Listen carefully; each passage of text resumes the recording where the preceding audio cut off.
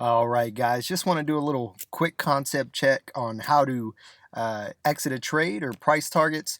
So basically, you want to base your targets on what the stock has already done, how far the movement has gone, or you could place your stops or your exits at a technical catalyst. So one thing that I like to do, and that's very powerful in the technical analysis world, is actually use a price channel. So you can draw, let's see, this is a nice, beautiful uptrend.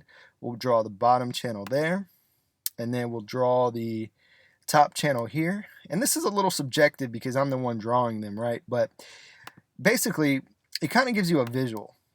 It lets you know what price is done. It lets you know that it's in an uptrend, higher highs, higher lows, and it lets you know where price has hit a bottom. So, therefore, you can kind of see where price will hit a top. And I love this because this was actually on the hot list AVTR from Friday or Thursday night, and look what it did. It popped up. So hopefully we get a continuation of the momentum, and it'll keep going.